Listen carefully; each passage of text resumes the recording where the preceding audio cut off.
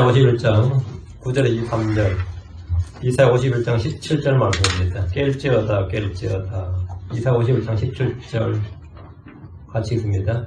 오 주의 손에서 그분의 분노의 잔을 마신 예루살렘이여 깰지어다 깰지어다 일어설지어다. 내가 사람들을 떨게 만드는 그 잔의 찌꺼기를 마시되 그것을 다 짜내어 마셨도다. 그러면 awake awake stand up 있죠. 우리가 자는 사람한테 일어나라 하고 stand up 이럴 때 awake awake stand up. 이스라엘이 지금 누워있는 상태, 아니면 잠든 상태, 취한 상태, 뭐 이런 상태죠. 그래서 깰지어다, 깰지어다, 된다, 일어나라, 이 말이죠. 예, 장을 기도합시다. 위대한 이고로 간주하는 감사함에 사는 게가 도우시고, 긍휼을 많이 베푸시고, 은혜 베풀어주시고, 이 시간, 주의 말씀 듣는 모든 혼들에게 이 말씀이 잘 전달되도록 하시고, 잘 깨닫도록 인도해 주셔서, 또 성령 충만한 가운데, 또 은혜를 많이 받도록, 잘 깨닫도록 인도해 주시옵소서. 말씀을 전한 자 듣는 자와 함께 복을 누리게 하시고, 주의 영을 충만케 하도록 주께서 주의 영을 충만케 해주시길 간구합니다. 은혜와 복이 넘치게 해주시오. 감사드리며 죄송합니다 합니다. 아멘. 예. 이거는 깰지어다 깰지어다 했는데 예. 앞에 보면 이사야서 51장 7절에는 9절에는 깨소서 깨소서 이렇게 돼 있죠. 사람이 하나님께 깨소서 깨소서 하나님을 깨우는 장면인데 17절은 반대로 하나님 이스라엘 깰지어다 깰지어다 이렇게 돼 있죠. 오늘은 이제 이 깨소서, 다음에 깰지어다. 그래서 이제 이 두 구절을 중심으로 말씀을 전하겠습니다. 오늘은 깨소서, 깨소서, 깰지어다, 깰지어다인데 우리 주님께서 제자들에게 깨어 있으라, 깨어 기도하라 이렇게 말씀하셨습니다. 마태복음 24장 41, 43절에 그러므로 깨어 있으라 어느 시각에 너희 주가 올지 너희가 알지 못하느니라. 그러나 이것을 알라 만일 집주인이 도둑이 어느 경쯤 올 줄 알았더라면 깨어 있어 자기 집이 뚫리지 않게 하였으리라. 보면 깨어 있었더라면 이렇게 말씀하셨습니다. 깨어 있으라 이거죠. 교회 시대는 밤에 해당합니다. 주께서는 빛이시고 의이십니다. 우리는 빛의 자녀들로서 깨어 있어야 됩니다. 주님께서 주께서 오심이 가까울수록 더욱 깨어 있어야 됩니다. 우리는 주께서 오시는 날이나 시각을 잘 모릅니다. 마태복음 25장 13절에 그러므로 깨어 있으라 너희가 사람의 아들이 오는 그날도 그 시각도 알지 못하느니라. 덕분에 항상 깨어 있어야 됩니다. 알지 못한다. 계시록 3장 3절에 그러므로 내가 어떻게 받았고 들었는지 기억하고 굳게 붙잡아 회개하라. 그런즉 만일 내가 깨어있지 않으면 내가 도둑같이 내게 이르니 내가 어느 시각에 내게 이룰지 내가 알지 못하리라. 주님은 제자들에게 너희가 시험에 빠지지 않게 깨어 기도하라고 하셨습니다. 그러나 육신이 약한 제자들은 잠이 들었습니다. 이때 영적 전쟁의 승리와 패배가 결정났습니다. 주께서는 지금 하늘에 계십니다. 이 땅을 떠나 하늘로 가시면서 종들이 하신 명령이 뭐냐? 깨어있으라 합니다. 마가복음 13장 34절 사람의 아들은 마치 자기 집을 떠나 멀리 여행을 할 때 자기 종들에게 권위를 주고 각 사람의 일을 맡기고 문지기에게 깨어있으라고 명령하는 어떤 사람 같다니. 주님은 깨어있으라고 명령하는 어떤 사람 같다. 이 말씀은 사도들 제자들뿐 아니라 모두에게 주신 주의 명령입니다. 마가복음 13장 37절 깨어있으라 내가 너에게 말한 것은 모든 사람에게 말한 것이니라 하시니라. 모든 사람이 하는 말이다. 깨어있으라는 모든 사람에게 말하는 것이다. 주께서 오셨을 때 깨어있는 종들은 복이 있습니다. 누가복음 12장 37절 주인이 와서 그 종들이 깨어있는 것을 보면 그 종들은 복이 있도다. 진실로 내가 너희에게 이르노니 주인이 허리띠를 띠고 그 종들을 음식 앞에 앉히고 나와 그들을 섬기리라 했습니다. 또 계시록 16장 15절에 보라 내가 도둑같이 오노니 깨어있어 자기 옷을 지키고 벌거벗고 다니지 아니하여 그들에게 자기 수치를 보이지 아니한 자는 복이 있도다. 이건 깨어있어 복이 있도다. 깨어있는 자들이 복이 있다. 주께서 이 땅에 도둑같이 오신다고 하셨습니다. 도둑이 몇 시에 오는지 알지 못하지만 깨어있으면 자기 집이 뚫리지 않게 할 수 있습니다. 우리는 주님 앞에 서기 합당한 자로 여겨지도록 기도하며 깨어있어야 됩니다. 누가복음 21장 36절에 그러므로 너희가 앞으로 일어날 이 모든 일을 피하고 사람의 아들 앞에 서기에 합당한 자로 여겨지도록 항상 기도하며 깨어있으라 하시니라. 항상 기도하며 깨어있으라. 우리는 크리스천들로서 깨어있어야 됩니다. 지금은 잠에서 깨어야 할 바로 그때입니다. 로마 13장 11절 또 때를 알거니와 지금 우리가 잠에서 깨어야 할 바로 그때니 이는 지금 우리의 구원이 우리가 믿었을 때보다 더 가까이 있기 때문이라. 우리는 의에 대하여 깨어있고 죄를 짓지 말아야 됩니다. 오른여자 15장 34절 의에 대하여 깨어있고 죄를 짓지 말라. 어떤 자들에게는 하나님에 대한 지식이 없으므로 내가 너희를 부끄럽게 하려고 이것을 말하노라. 우리는 깨어서 믿음에 굳게 서야 됩니다. 고린도서 16장 13절 너희는 깨어 믿음에 굳게 서서 남자답게 행함에 강건한 자가 되라 했습니다. 또 베드로 4장 7절 모든 것의 끝이 가까이 왔기 때문에 깨어 있어야 된다고 합니다. 오직 모든 것의 끝이 가까이 왔으니 그러므로 너희는 정신을 차려 깨어 기도하라. 특히 사역자들은 깨어 있어야 됩니다. 다음에 마귀가 삼킬자를 찾아 두루다니기 때문에 깨어 있어야 됩니다. 배전 도장 8절에 정신을 차려라 깨어있으라 너희 대적마귀가 울부짖는 사자같이 두루다니며 삼킬자를 찾나니 했습니다. 특히 오늘 밤 같은 날은 뭐 마귀가 이 교회들마다 돌아다닐 겁니다. 교회들마다. 신약의 크리스천들은 잠자는 자들이 아니라 깨어 정신을 차리고 깨어서 기도하고 기도 중에 감사를 드리며 깨어야 됩니다. 에베소 5장 14절 그러므로 그분께서 이러시기를 너 잠자는 자에 깨어서 죽은 자들로부터 일어나라. 그리스도께서 내게 빛을 주시리라 하시느니라. 데살로니가서 5장 6절에도 그러므로 우리는 다른 사람들처럼 잠자지 말고 오직 깨어 정신을 차리자. 골로새 4장 2절에도 항상 기도하고 기도 중에 감사를 드리며 깨어 있으라. 깨어 있으라는 말은 성경에 너무 많습니다. 그럼 본문을 보겠습니다. 9절 오 주의 팔이여 깨소서 깨소서 힘을 내소서 옛날같이 옛 세대들에서와 같이 깨소서 라합을 베시고 그 용을 상하게 하시니가 주가 아니시나이까. 그러니까 라합을 베시고 그 용을 상하게 하시니까 이건 한국말을 잘해야 돼요. 라합의 뜻이 나왔죠. 라합을 베시고 그 용을 상하게 하시니까. 그럼 라합이 뭐죠? 라합을 베시고 그 용을 상하게 하시니까 주가 아니시나이까. 밤에 예수님과 함께 배를 타고 갈릴리 바다를 건너던 제자들은 배에서 주무시던 주님을 깨웠습니다. 깨소서. 그들은 파도와 풍랑으로 배에 물이 들어오는 중에도 잠을 자는 주님을 깨우며 외쳤습니다. 마태복음 8장 25절에 그분의 제자들이 그분께 나와 그분을 깨우며 이르되 주여 우리를 구원하소서 우리가 죽나이다 하며 뭐야 한 거죠? 깨소서 했다 이거. 깨웠다 이거죠. 깨웠다 이거요. 죽게 생겼으니까. 마태복음 8장 25절에 그분의 제자들이 그분께 나와 그분을 깨우며 이르되 주여 우리를 구원하소서 우리가 죽나이다. 또 마가복음 여기 똑같은 장면이 선생님 우리가 죽는 것을 돌아보지 아니하시나이까. 우리가 죽나이다. 우리가 죽는 걸 돌아보지 아니하시나이까. 이것이 제자들의 발언이었습니다. 사정이 얼마나 다급한지를 볼 수 있는 장면입니다. 사람이 고난에 처할 때 아무런 도움이 없을 때 위험이 목전에 닥쳤을 때 급할 때 하나님을 깨우고 싶어 합니다. 하나님 주무시는지 좋은지 뭐 이거 모르는데 물론 성경에 따르면 하나님 졸지도 않으시고 주무시도 않는다 합니다. 그러나 성경에는 주님이 주무시다가 깨는 장면이 있습니다. 욥기 8장 6절 시편 78편 65절 욥기 8장 6절 또 내가 순수하고 곧바르며 이제 그분께서 반드시 너를 위해 깨어났사 내 의가 거하는 처소를 형통하게 하시리니 그분께서 반드시 너를 위해 깨어났사 너를 위해 깨어났사 주님은 주무시도 졸지 않는 분인데 너를 위해 깨어났사 이래 돼 있어요.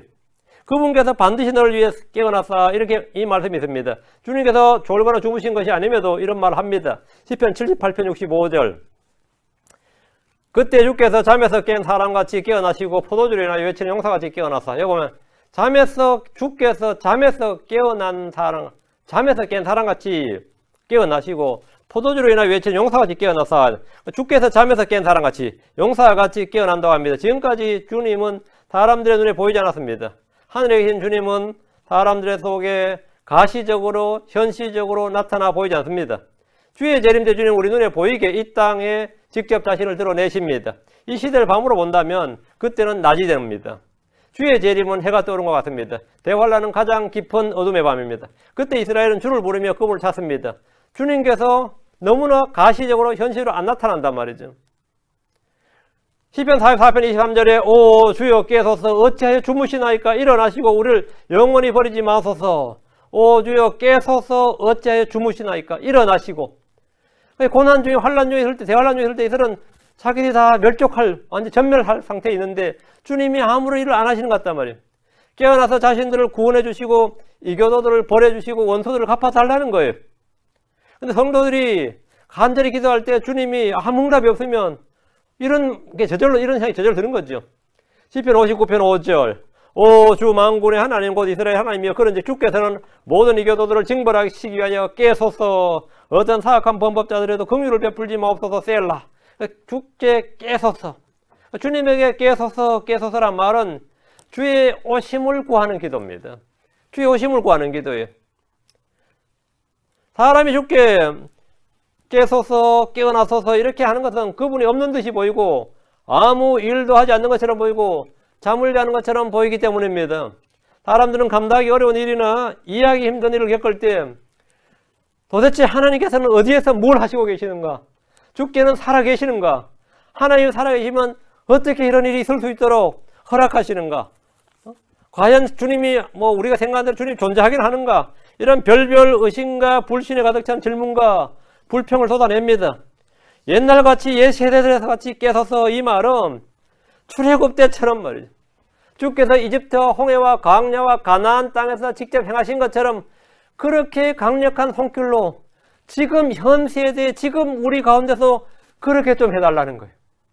옛날에는 분명히 그런 기록들이 다 모세오경에 되어 있는데 모세오경에 보니까 자세히, 요소에도 자세히 언제부터인가 이 땅에서는 이스라엘 속에, 유다 속에 그런 전혀 그런 기적이나 권능이 전혀 나타나 보이지 않았습니다. 대언자들을 통해 선포되는 말씀이 있었지만 모세오경에 나타나는 매일 보이는 말이죠. 구름기둥과 불기둥이나 하늘에서 만나가 떨어지는 것이라든가 뭐 이런저런 권능과 이적과 표적들은 거의 나타나지 않았기 때문에 옛날과 같이 옛 세대들에서 같이 깨소서 이렇게 한 겁니다. 지금 우리는 복음서에 나오는 아니면 사도행전에 나오는 예수님이나 제자들과 같은 강력한 주의 권능이 일상적으로 일어나는 세대에 살고 있지 않습니다. 복음서 읽어보면 마귀도 쫓아내고 병도 고치고 뭐 별의별 이적과 기적이 많이도 나오는데 지금 그렇게 나오냐 하면 안 나타난다고요. 그럼 왕정시대를 살던 이스라엘 사람 어떨 것 같습니까? 뭐 다윗 시대나 솔로몬 시대 말고 그 이후에 사는 사람들은 전부 다 성경에 나온 옛날 이야기 듣는 거죠. 우리가 마치 2000년 전의 이야기인 것처럼 그들도 마찬가지로 다 뭐죠? 옛날 옛적 이야기예요. 모세 이야기나 여호수아 이야기는 그들은 한참 전에 조상들 이야기예요. 그럼 지금 우리한테는 왜 안 일어났냐? 그러니까 오늘 목사들도 마찬가지고 크리스천도 마찬가지. 복음서에 사도행전에 나오는 이야기가 왜 우리 교회는 안 나타났냐? 왜 우리 집에서는 왜 내한테는 안 일어났냐는 생각이 들죠. 들어요, 안 들어요? 그거 한번 재현해보고 싶은데 주님은 왜 안 하시나? 안 하시는가 있단 말이죠. 그럼 우리가 지금 생각하는 거나 왕정시대에 아니면 나라 망했을 때 이스라엘 생각하는 거나 똑같았던 거예요. 특히 포로기 이후의 사람들은 자기 돌아왔을 때 어떤 이적도 표적도 기적도 일어나지 않았습니다.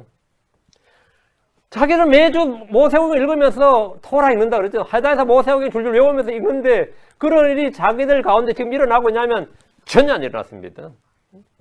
출애굽 때 이집트와 홍해와 강에서 일어난 그런 일들은 그들에게도 조상들의 일이고 과거 역사일 뿐이지 언제나 그들 가운데 일어나는 일이 아니었습니다. 많은 크리스천들이 예수 그리스도는 어제도 오늘도 영원토록 동일하시니라 하면서 막 외우면서 복음서에서 주 예수님이 행한 것 같은 그런 일이 지금 나에게도 일어나기를 막 기도하고 금식하고 막 별짓 해도 안 일어납니다. 안 일어나요. 우리 집에도 나에게도 뭐 교회도 이런 일이 일어나길 원하겠지만 어떤 목사님은 예수님 뭐 나 살아 살린 것처럼 나도 사람 하나 살리면 교회 부흥 안 하겠나 싶어도 죽었다 깨나도 사람 못 살립니다. 40일 금식기도 몇 번 해도 못 살려요. 그런 일 없습니다. 목사들 중에서 어느 누구도 사도들과 같은 표적이나 권능을 행하지 못합니다. 무슨 구절을 끌어와서 믿습니다 해도 안 됩니다. 사기꾼들 중에는 초대교회로 돌아가자 하면서 지금 이 시대도 복음서나 사도행전의 기적과 표적들이 일어난다고 선동하지만 어림없는 거짓말이에요. 어림밤 푸르지도 없는 소리입니다. 광야에서의 불기둥과 구름기둥은 가나안 땅에 들어설 때 다시는 보이지 않았습니다.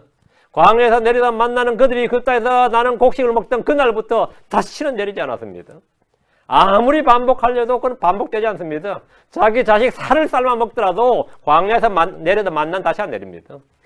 이와 같이 주께서 행하시고 사도들이 행했던 표적들이 지금 이 시대에 교회에서 일어나지 않습니다. 그러니까 지금 이 기도가 구절이 뭐예요? 옛적 세대와 같이 그렇게 좀 해달라는 거예요. 다시 구절입니다. 라합을 베시고 그 영을 상하게 하시니가 주가 아니시나이까. 여기서 라합은 여호수아에 나오는 여리고의 창녀 라합이 아닙니다. 주님은 라합을 베신 적 없습니다. 라합은 주께 저주받은 도시에 살던 창녀였습니다. 계시록에 나오는 큰 도시 바빌론은 주께 저주받은 도시요 땅의 민족들과 행음한 창녀입니다. 여리고의 라합은 구원받았습니다. 그러나 본문에서 말하는 라합은 주의 칼에 배임을 당합니다. 라합은 짐승이라 불리는 적그리스도입니다. 라합과 그 영은 적그리스도와 사탄입니다. 시편 87편 4절 앞으로 갑니다. 시편 87편 4절 내가 나를 아는 자들에게 라합과 바빌론에 대하여 언급하리라. 라합과 바빌론. 구약에서는 라합과 여리고였죠. 이건 라합과 바빌론이에요. 에디오피아와 함께한 블레셋과 누를 보라. 이 사람이 언더라인. 거기서 태어났노라. 적그리스도의 출신지입니다. 이 사람이 거기서 태어났노라. 라합과 바빌론이란 말은 창녀와 창녀의 도시입니다. 여기서 언급된 바빌론은 계시록 17장과 18장에 나오는 신비의 큰 바빌론입니다. 라합은 적그리스도입니다. 시편 89편 10절. 시편 89편 10절. 주께서 라합을 죽임당한 자같이 산산조각 내시고, 이건들아, 주께서 라합을 죽임당한 자같이 산산조각 내시고 주의 원수들을 주의 강한 팔로 흩으셨나이다. 라합을 산산조각 냈다 했어요. 주께서 라합을 산산조각 내셨다는 말은 용들의 머리를 부수시고 그것을 만나러 주셨기 때문입니다. 시편 74편 13절 14절. 시편 74편 13절 14절. 주께서 주의 능력으로 바다를 나누시고 물들 가운데 있는 용들의 머리들을 깨뜨리시며, 용들의 머리들을 깨뜨리시며, 이건들아, 용들의 머리를 깨뜨리시며 리워야단의 머리들을 산산조각 내시고, 그걸 라합을 산산조각 냈다 그랬죠. 그러니까 리워야단의 머리들을 산산조각 내시고 하면 라합이 뭐죠? 리워야단이죠. 리워야단의 머리를 산산조각 내시고 그를 광야에 거주하는 백성에게 먹을 것으로 주시며, 이게 만나입니다. 이게 만나예요. 이게 만나는 식물성이 아닙니다. 주님은 용들의 머리와 리워야단의 머리들을 부수어서 백성들에게 만나를 주셨습니다. 라합을 베셨다는 것은 용들과 리워야단의 머리를 부수셨다는 말인데, 그를 주님께서 베셔서 머리를 부수셨단 말이에요.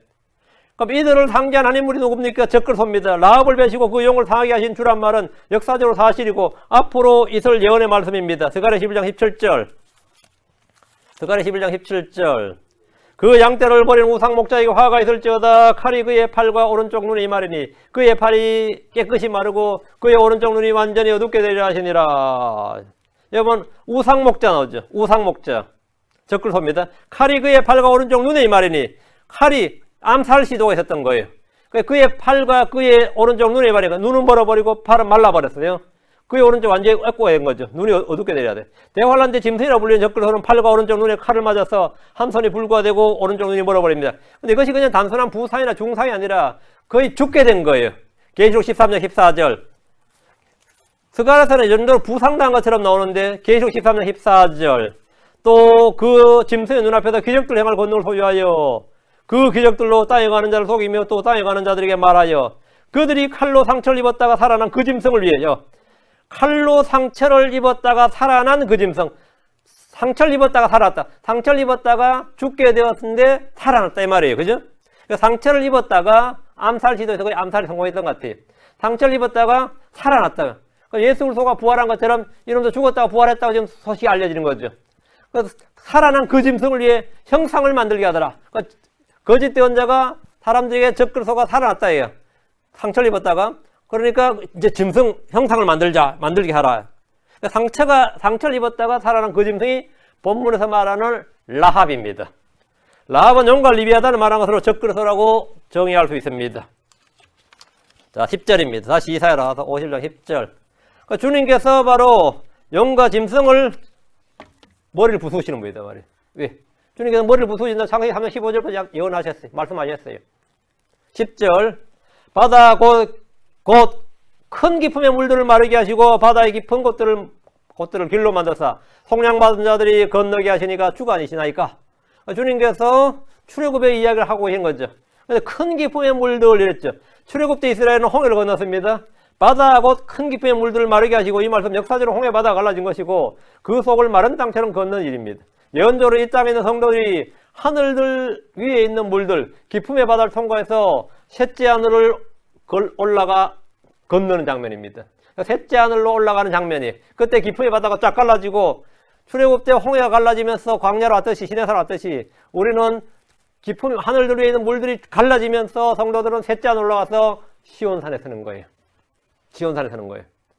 우리는 과학자들이 준 정보가 전혀 없이도 하늘들 위에 물들이 있다는 사실을 압니다. 하늘들아, 또 하늘들 위에 있는 물들아, 너희는 그분을 찬양할지어다. 시편 148편 4절에 하늘들 위에 있는 물들아. 하늘들 위에 있는 물들이 뭐냐? 둘째 하늘 위에 물이 있다는 거죠. 둘째 하늘과 셋째 하늘은 물이 차져 있습니다. 물이. 이 물은 창세기 1장 2절에 땅을 덮고 있던 물들로 주께서 위아래로 나누시고 그 중간을 궁창으로 만드셨죠. 궁창을 하늘이라고 부르셨죠. 궁창을 만드셨단 말이에요. 궁창 위의 물을 기품의 바다라고 합니다. 이 물의 표면은 지금 얼어 있습니다. 욥기 38장 3절에 물들은 돌로 숨긴같이 숨겨져 있고 기품의 표면은 얼어 있느니라. 기품의 표면은 얼어 있느니라. 지중해나 홍해는 아니죠. 이거는 태평양 대서인도이 아닙니다. 얼어 있지 않아요?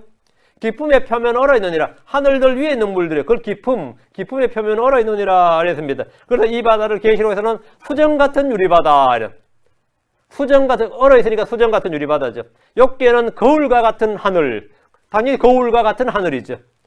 욥기 37장 18절. 그대가 그분과 더불어 단단하고 부어 만든 거울과 같은 하늘을 펼쳤느냐. 거울과 같은 하늘, 단단하고 부어 만든 거울과 같은 하늘을 펼쳤느냐. 수정 유리바다라 말이죠. 왜 수정 같은 유리바다예요? 얼어 있으니까. 그 기쁨의 바다가 지금 얼어 있단 말이죠. 근데 그날에 그것이 쫙 갈라지면서 성도들이 휴거될 때 생각해보세요. 그 속을 통과해서 착 셋짠 올라간다 이거예요. 헐리우드 영화 같아요. 예, 사실입니다.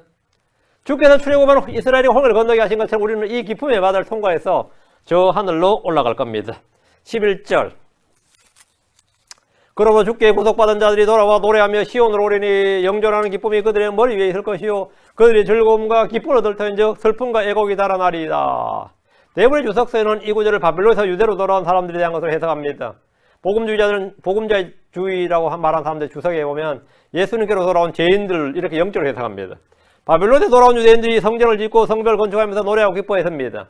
그들이 즐거움과 기쁨을 얻었습니다. 하지만 여전히 두려움이 있었습니다. 그들은 여전히 페르시아의 속국이었고 완전한 자유와 해방을 얻은 것이 아니었습니다. 페르시아, 그리스, 로마로 이어지는 역사의 물줄기 속에서 그들은 계속해서 속박의 신세로 신음하며 지내야 했습니다. 예루살렘은 이방 총독이 다스렸고 그들은 영존한 기쁨은 고사하고 슬픔과 애곡의 나날이었습니다. 이 말씀은 주의 재림 때 세워질 하늘의 왕국 민족의 회복을 통해 성취될 겁니다.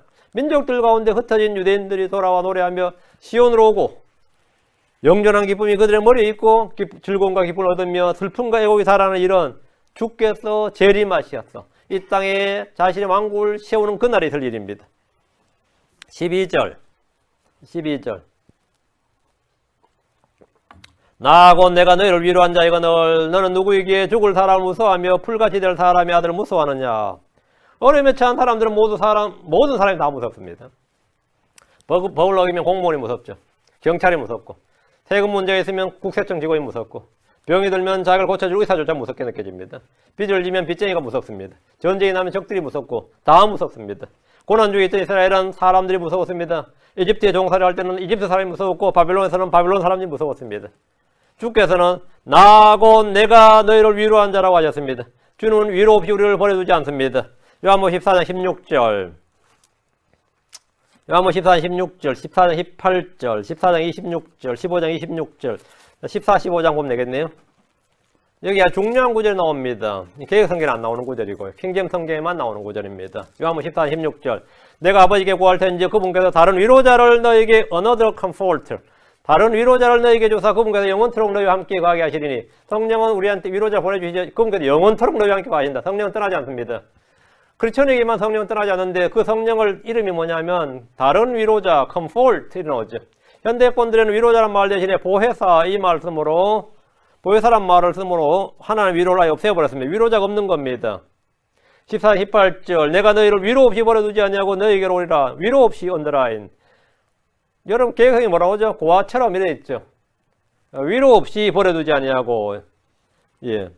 위로가 없단 말이죠. 다음 14장 26절 위로자 곧 아버지께서 내일로 보내실 성령님 그분께서 너에게 모든 걸 가르치시고 내가 너에게 무엇을 말하든지 너희가 모든 것을 기억하게 하시리라. 위로자 성령님 나오죠. 성령님 우리의 위로자다 이거지. 성령님은 15장 26절 그러나 내가 아버지께로부터 너에게 보낼 위로자 곧 아버지로부터 나오는 진리의 영께서 오실 때 그분께서 나에 대해 증언하실 것이요. 위로자 진리의 영 위로자, 진리의 영, 성령 같은 분입니다. 위로자. 성령은 위로자이십니다. 즉, 주 하나님께서는 모든 안위와 위로의 하나님이십니다. 우리가 이 땅에서 사람을 두려워할 필요가 없고, 죽음을 두려워할 필요가 없고, 고난을 두려워할 필요가 없고, 무엇도 두려워할 필요가 없는 것은 주님께서 위로자를 우리 속에 두셨기 때문입니다. 내가 성령을 받았다는 말은, 내가 성령을 받았다는 것은 위로자가 내 속에 있는 거예요. 위로자가 내 있는 거예요. 위로자. 주님께서는 죽을 사람을 무서워하지 말며 풀같이 될 사람의 아들을 두려워하지 말라고 하셨습니다. 죽을 사람을 무서워하지 말며 풀같이 될 사람의 아들을 두려워하지 말라. 한마디로 사람을 무서워하지 말라는 거죠. 몸은 죽여도 혼은 능히 죽이지 못하는 사람을 두려워하지 말고 오직 혼과 몸을 다 능히 지옥에서 멸하시는 분을 두려워하고 하셨습니다. 누가복음 12장 4절에 내가 내 친구인 너에게 이르노니 몸을 죽이고 그 뒤에는 더 이상 아무것도 하지 못하는 자들을 두려워하지 말라. 한마디로 사람을 두려워하지 말라는 겁니다. 몸을 죽이고 그 뒤에는 더 이상 아무것도 하지 못하는 자들. 주를 두려워하면 사람이 두렵지 않습니다. 주를 두려워하지 않으면 모든 것이 다 두렵습니다. 13절 13절. 또 하늘들을 펴고 땅에 기초들을 놓은 주고 너를 만든 자를 잊어버리느냐. 또 그 학대하는 자가 마치 멸할 준비가 된 것 같이 내가 그의 경로로 인해 날마다 계속해서 두려워하느냐? 그 학대하는 자의 경로가 어디 있느냐? 그럼 그 학대하는 자 나오죠. 성경에 그 학대하는 자, 그 사악한 자, the wicked. 이런 거, 이런 말은 뭐냐면 적그리스도를 말합니다. 하나님은 하늘과 땅을 만드셨고 사람을 만드셨습니다. 하늘들을 펴고 땅에 기초들을 놓은 주께서 사람을 만드셨고 이스라엘을 만드셨고 나를 새 사람이요 새로운 창조물로 새 사람으로 만드셨습니다. 나를 그렇게 새로운 창조물로 그렇게 만드셨단 말이죠. 이스라엘이 이 진리를 자주 잊어버렸습니다. 하나님을 잊어버리고 그분의 은혜를 잊어버리고 주의 벌을 잊어버리고 그분께서 행하신 일을 잊어버렸습니다. 잊어버리니까 당연히 모든 게 무서운 거죠. 호세아 8장 14절에 이스라엘은 자기를 만드신 일을 잊어버리고 신전들을 지으며 유다는 성벽들을 두른 도시들을 많이 늘렸으나 두려우니까 자꾸 성벽을 만드는 거죠. 내가 그의 도시에 불을 보내어 그것이 거기에 궁궐들을 삼키게 하리라. 주를 잊어버린 이스라엘은 학대하는 자의 경로로 인해 날마다 계속해서 두려웠습니다. 그 학대하는 자란 대환란 때의 짐승 적그리스도를 말합니다. 용과 짐승은 분노하여 이스라엘을 멸하려 합니다. 이스라엘은 계속해서 그를 두려워할 뿐입니다. 근데 주님께서 그 학대하는 자의 경로가 어디 있느냐? 주께서는 그들의 방패와 요새와 피난처가 되어주십니다. 주님은 믿는 자들을 안전하게 보호하시고 지켜주십니다. 14절입니다. 이사 51년 14절. 잡혀서 끌려간 포로가 속히 행하여 풀려나리니 그가 구덩이에서 죽지 아니하며 그의 빵이 부족하지도 아니하리라. 바벨론에서 70년 동안 포로 생활하다 풀려났습니다. 대환란 때는 7년입니다. 잡혀서 끌려간 포로가 속히 행하여 풀려난다는 말은 주께서 오시는 날 즉시 풀려난다는 말입니다. 그가 구덩이에서 죽지 아니하며 끝까지 견딘 자는 구원을 받는다는 겁니다. 대환란 때 짐승의 표를 받지 않고 이기는 자들이 있고 도망가서 피하는 자들이 있습니다. 이기는 자들은 관을 받습니다. 생명의 관을 받습니다. 광야나 산으로 피하는 자들, 포로로 잡혀간 자들은 주의 보호를 받습니다. 그의 빵이 부족하지도 아니하리라. 이것은 광야에서 조상들이 체험했던 일입니다. 신명기 2장 7절에 주 내 하나님이 내 손에 모든 일에서 내게 복을 주었고 내가 이 큰 광야를 걸어서 지나는 것을 알며 주 내 하나님이 40년 동안 너와 함께 하였으므로 내게 아무것도 부족한 것이 없었느니라. 내게 아무것도 부족한 것이 없었느니라. 가나안 땅에서 이들은 부족함이 없었습니다. 주께서 주신 땅은 부족함이 없는 곳입니다. 사사기 8장 10절에 너희가 가면 평안과 백성과 넓은 땅을 만나리니 하나님께서 그 땅을 너희 손에 주셨느니라. 그곳은 땅에 있는 것 중 어떤 것도 부족한 것이 없는 곳이니라. 이는 주께서 우리의 목자이기 때문입니다. 주께서 모든 필요를 공급하시는 분입니다. 많이들이 뭔가 부족하다고 느낍니다. 그러나 성도들은 만족하는 뭘 배워야 됩니다. 그의 빵이 부족하지도 아니하리라. 이 말씀은 주를 두려워하는 자들에게 성취되는 말씀입니다. 주를 바라고 신뢰하는 자들에게 이 말씀은 언제나 진리입니다. 라오디게아 교회는 나는 부자라 내가 재산을 불렸으니 아무것도 부족한 것이 없도다 했는데 그 사람은 그 교회는 사실 비참하고 가련하고 가난하고 눈멀고 헐벗은 교회였습니다. 15절입니다. 오직 나는 파도가 울부짖던 바다를 갈랐던 주 내 하나님이니 만군의 주가 그의 이름이니라. 파도가 울부짖던 바다를 갈랐던 주 내 하나님을 말한 출애굽 때 황을 갈랐던 주 하나님을 말합니다. 만군의 주가 그 이름이니라. 근데 만군의 주란 표현은 구약 성경에 234번 나옵니다. 이사야서에만 54번 나와요. 만군의 주란 말은 뭐냐면 주께서 하늘과 땅의 모든 군대의 주란 말입니다. 홍해를 갈랐던 분의 이름이 만군의 주이십니다. 만군의 주가 말하노라. 16절 내가 내 말들을 내 입에 두고 내 손끈을 속에 너를 가렸나니 이것은 내가 하늘들을 신고 땅에 기초들을 놓으며 시온에게 이르기를 너는 내 백성이라 하려 하면노라. 하나님께서 자신의 말씀을 입에 둔 사람은 대언자들입니다. 예레미야 1장 9절에 보면 그때 주께서 자신의 손을 내미사 내 입에 대시며 주께서 내게 이르시되 보라 내가 내 말들을 내 입에 두었노라. 그 대언자들의 입에 주님께서 말씀을 뒀다면 내가 내 말들을 내 입에 두었노라. 그 대언자들이 하는 말이 영감 있는 주의 말씀인 거죠. 이것이 바로 성경의 영감입니다. 성경의 영감이에요. 성경에서 말하는 영감이 뭐냐면 대언자들 입에 주께서 자신의 말씀을 두신 거지. 이게 성경은 사사로운 해석이 나온 게 아니라 하나님의 거룩한 사람들이 성령께서 자기를 움직이게 하신 대로 감동하신 대로 말했다는 거예요. 이게 성경의 영감이에요. 하나님은 주 예수님의 입에 자신의 말씀을 주셨습니다. 신명기 18장 18절 신명기 18장 18절 내가 그들의 형제들 가운데서 너와 같은 대언자 하나를 그들을 위하여 일으키고 내 말들을 그의 입에 두리니 내가 그에게 명령한 모든 것을 그들에게 말하리라. 내 말들을 그의 입에 두리니. 모세가 지금 나 같은 대언자 하나 있는데 예수님이죠. 주께서 대언자들과 주의 입에 말씀을 놓으신 것은 이스라엘에게 너는 내 백성이라 하려 함이었다 했습니다. 이스라엘 회복은 주께서 계획하시고 작정하신 일입니다. 그래서 회복되면 내 백성이라, 너는 내 백성이라 이렇게 되는 겁니다. 17절 오 주의 손에서 그분의 분노의 잔을 마신 예루살렘이여. 그분의 분노의 잔, 이게 건드라. 주의 잔 두 개입니다. 구원의 잔과 분노의 잔입니다. 주의 손에서 그분의 분노의 잔을 마신 예루살렘이여. 깰지어다 일어설지어다 내가 사람을 떨게 만드는 그 잔의 찌꺼기를 마시되 그것을 다 짜내어 마셨도다. 자, 구원의 잔을 거부했기 때문에 이들은 지금 분노의 잔을 마시는 겁니다. 크리스천들은 구원의 잔을 마신 사람이고 이스라엘은 분노의 잔을 마신 겁니다. 주의 손에서 그분의 분노의 잔을 마신 예루살렘이란 말은 야곱의 고난, 대환란을 말합니다. 예수는 우리를 대신해서 아버지께서 주신 잔을 마시겠습니다. 그건 고난의 잔이었습니다. 십자가는 고난의 잔이었어요. 주께서 우리가 받을 고난과 저주를 다 받으시고 심판을 담당하셨습니다.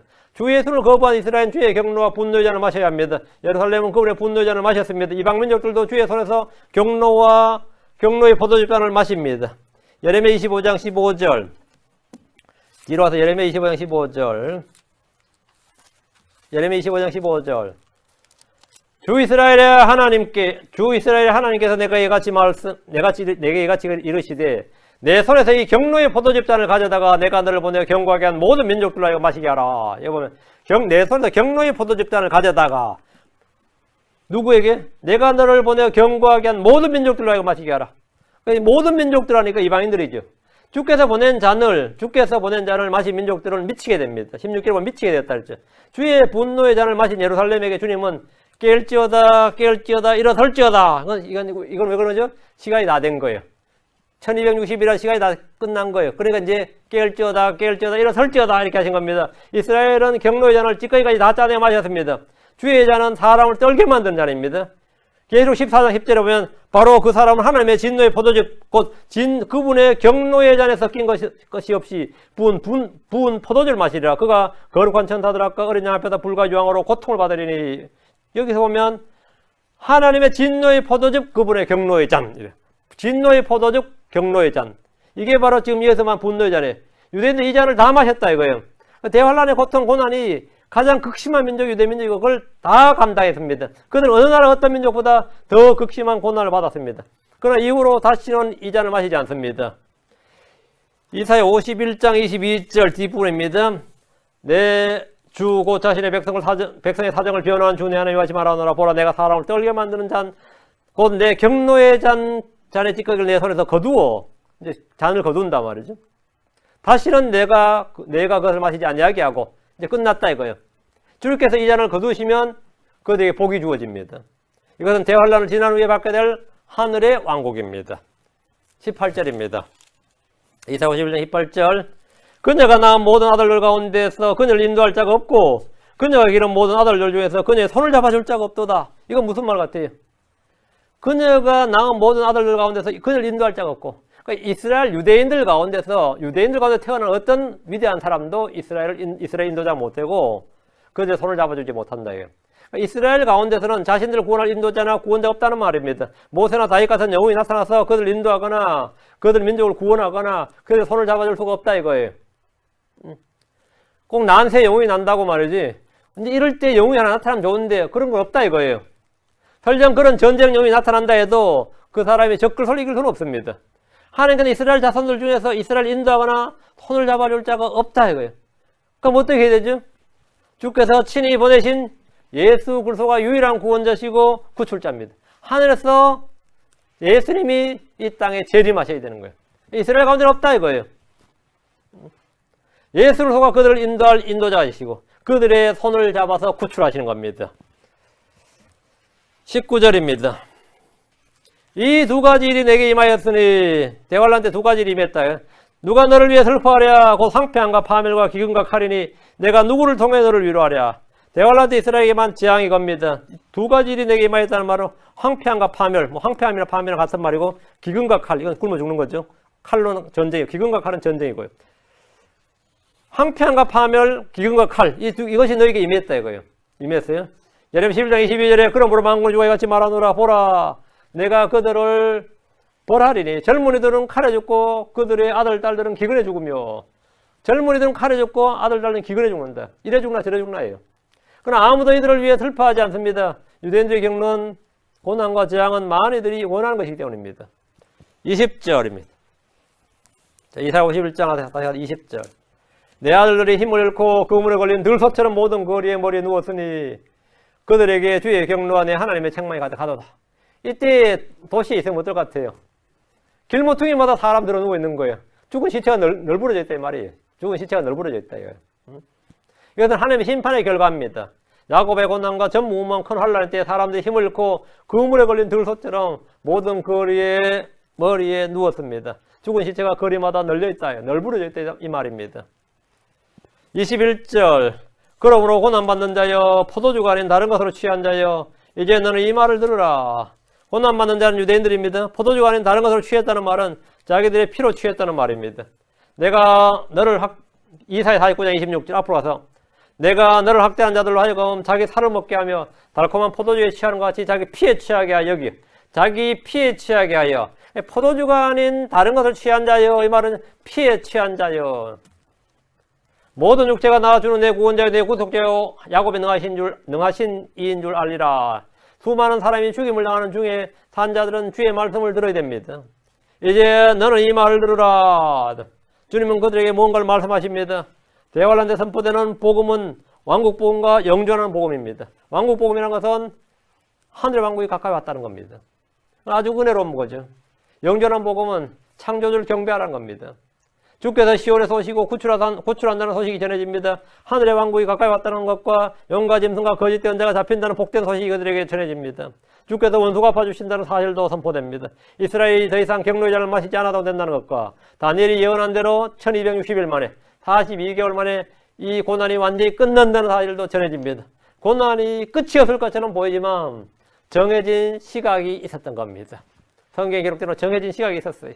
22절 내주고 자신의 백성의 사정을 변하는 주 내 하나님 이같이 말하노라.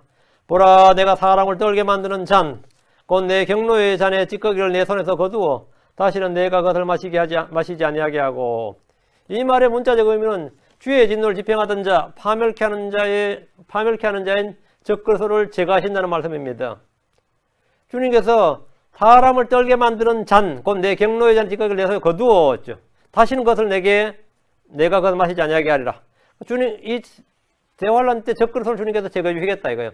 짐승과 거짓된 자를 잡아다가 산채로 불못에 던지심으로써 더 이상 유대인들을 괴롭힌 자가 없게 되는 겁니다. 영혼 끝없이 깊은 구덩이에 갇히게 됩니다. 다시는 내가 그것을 마시지 아니하게 하고 이 말씀대로 더 이상 왕국의 자손들 하나의 백성들이 고난받는 일이 없습니다. 자 마지막 23절입니다. 23절 그 잔을 너를 괴롭히는 자들의 손에 두리라. 그들은 전에 내 혼에게 이르기를 엎드리라. 우리가 넘어가려 하던 자들이라. 너를 넘어간 그들을 위하여 내가 내 몸을 땅바닥처럼 길거리처럼 눕혔느니라.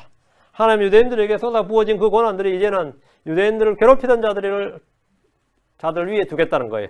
용과 짐승과 거짓된 자들은 주의 심판을 받습니다. 그들 위에 두는 거죠. 열왕들은 주의 진노의 잔을 받습니다. 그들 위에 두는 거죠. 아마겟돈에 모인 모든 군사들은 주의 진노의 잔을 받습니다. 그들이 널브러지는 거죠. 반유대주의 운동을 주도하고 괴롭혔던 이들은 염소로 분리되어서 지옥으로 던져집니다. 이들은 전에 유대인들에게 엎드리라 우리가 넘어가리라 했습니다. 굴복하라 종이 되라 아니면 죽는다 이 말했어요. 그렇지 않으면 죽이겠다는 위협이었습니다. 유대인들은 죽지 않게 해서 민족들 앞에서 최대한 엎드렸고 벌레처럼 바닥을 기었습니다. 이것은 지나갈 2000년간의 역사의 한 장면이고 대환란 때 절정을 이룰 겁니다. 그러나 천년왕 때 하나님께서 벌레 취급받던 그들을 땅의 티끌 같은 재같이 그렇게 여김받던 그들을 가장 높여주십니다. 모든 것이 역전이 되어서 그들이 민족들의 머리가 됩니다. 이것이 진정한 인생 역전입니다. 지금 우리는 섬기는 자들입니다. 우리는 왕들이 아니라 지금 현재 크리스천들은 이 세대에서 섬기는 자들입니다. 우리는 모두 종된 자들입니다. 그날에 우리는 왕과 제사장으로 통치자들이 됩니다. 통치자들이 된다요. 이것도 마찬가지로 인생 역전입니다. 하나님께서 우리에게 주신 약속입니다. 오늘 여기까지입니다. 다음 시간에 52장 하겠습니다. 장을 기도하겠습니다.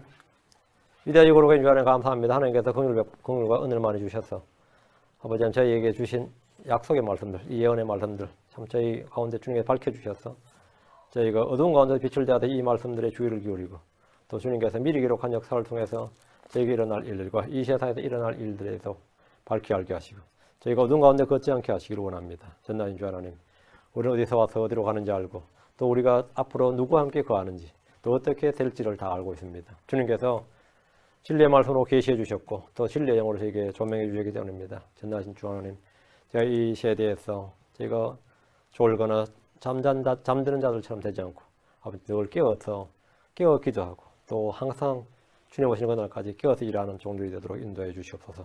전능하신 주 하나님께서 은혜를 베풀어 주실 만을 간구합니다. 더 넘치는 복을 허락해 주십시오. 감사드리며 주의 성기도합니다. 아멘.